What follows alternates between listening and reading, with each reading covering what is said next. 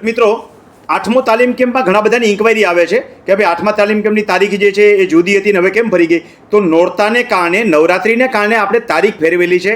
કાર્યક્રમ બંધ રાખેલો નથી. 8મો તાલીમ કેમ્પ છે એક અઠવાડિયા પછી છે, એટલે આવતા મહિનાની 4મી અને 5મી તારીખે શનિ રવિના રોજ તાલીમ કેમ્પ છે.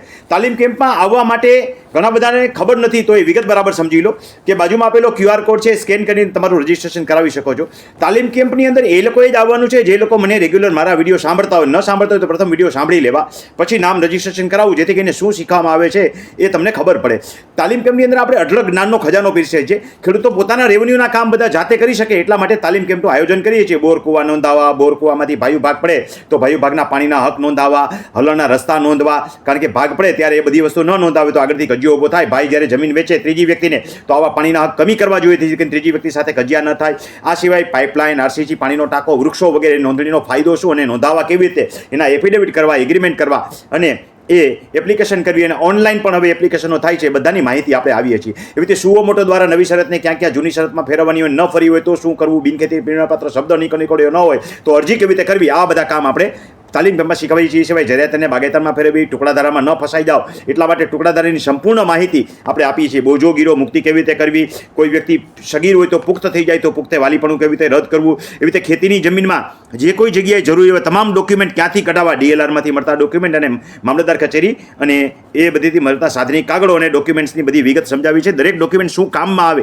એ આપણે ખાસ કરીને સમજાવીએ છીએ. હયાતીમાં હક દાખલ કરવા, ખાસ કરીને વારસાઈ, એ માણસ ગુજરી જાય ત્યારે હોય ને હયાતીમાં હક હયાતીમાં હોય છે. એ દાખલ કરવાના ઘણા બધા ફાયદાઓ હોય છે. તો હયાતીમાં હક દાખલ કરવાના શું ફાયદા છે અને કેવી રીતે કરવા, એનું વિભાજન કેવી રીતે કરવું, એ બધું આપણે શીખવાડીએ છીએ. પછી ભાઈ હક જતા કરી દઈએ તો હક કમી કેવી રીતે કરવા, બેનો દીકરી ટાઈમસર થઈ જવા જોઈએ માણસ જીવતો હોય ત્યાં સુધીમાં. તો પ્રશ્નો પાછળથી ઊભા નથી થતા, નકર પાછળથી ઘણા બધા પ્રશ્નો ઊભા થાય છે. ભાણિયાના પ્રશ્નો આપ સૌને ખબર જ છે. એવી જ રીતે ત્યાર પછી બે દીકરાઓ વચ્ચેની વહેંચણી કેવી રીતે કરવી એ બધું શીખવાડીએ છીએ.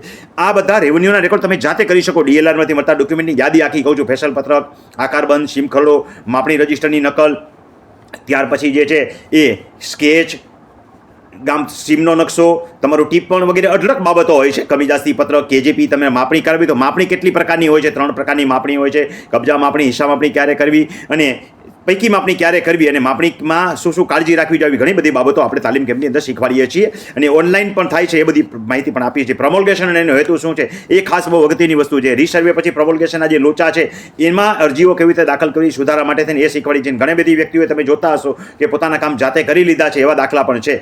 એવી જ રીતે કોઈ એક વ્યક્તિ એક કામ પોતાનું કરી લે ને તો 2 દિવસની ફી 3500 હોય છે, અને કોઈ આગલા દિવસે પ્રશ્ન હોય ને આવે તો એને 1000 રૂપિયા વધારે હોય છે.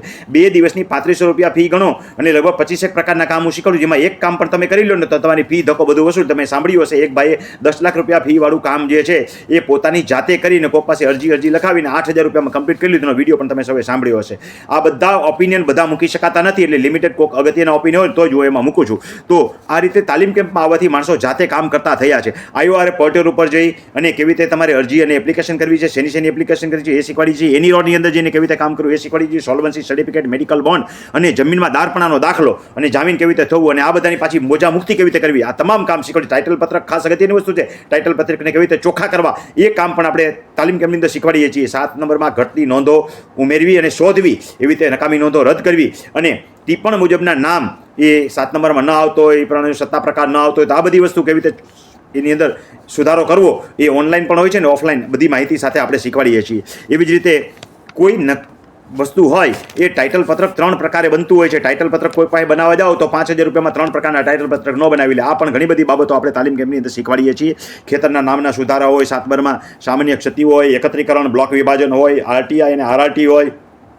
RTI એટલે રાઇટ ટુ ઇન્ફોર્મેશન નીચે તમારે કોઈ માહિતી જોતી હોય તે કેવી રીતે કરવી, પેઢીનામું કેવી રીતે બનાવવું, વારસાઈ આંબો કેવી રીતે બનાવવો, ઘણી બધી બાબતો અઢળક વસ્તુ હોય છે. એ બધી વસ્તુ આપણે તાલીમ કેમ્પના શીખવાડીએ છીએ. બીજે દિવસે તો અઢળક નવી આઇટમો શીખવાડી છે, એટલે માણસો રિપીટ આવે છે. 50%થી વધારે વ્યક્તિ રિપીટ શું કામ આવે છે કે એક વખતમાં ન સમજાવી, બીજી વખત આવે, ત્રીજી વખત આવે તો આપણે એને 50% ડિસ્કાઉન્ટ આપી, ત્રીજી વખત તો હાવ નજીવો ચાર્જ લઈએ છીએ, જેથી કરીને ખેડૂતો પોતાના કામ જાતે કરતા થઈ શકે. તમારે પણ જો આ લાભ લેવો હોય ને આગામી તાલીમ કેમ્પની અંદર, એટલે આવતી 4મી અને 5મી તારીખના રોજ તાલીમ કેમ્પ છે, એમાં જો આવવું હોય તો બાજુમાં આપેલો QR કોડ સ્કેન કરી 3500 રૂપિયા ફીમાંથી માત્ર 1000 રૂપિયા ભરીને તમે નામ નોંધાવી શકો છો.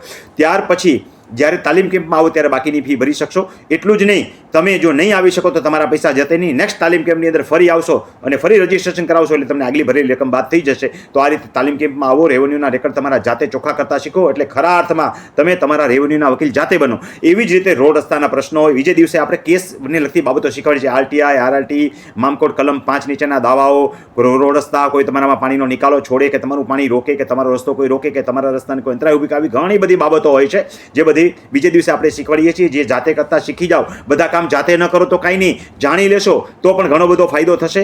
કોઈ તમને છેતરી નહીં જાય એની 100% ખાતરી. તો આવો તાલીમ કેમ્પની અંદર આવવું હોય તો બાજુમાં આપેલો QR કોડ સ્કેન કરી અને મારો મોબાઈલ નંબર યાદ રાખજો.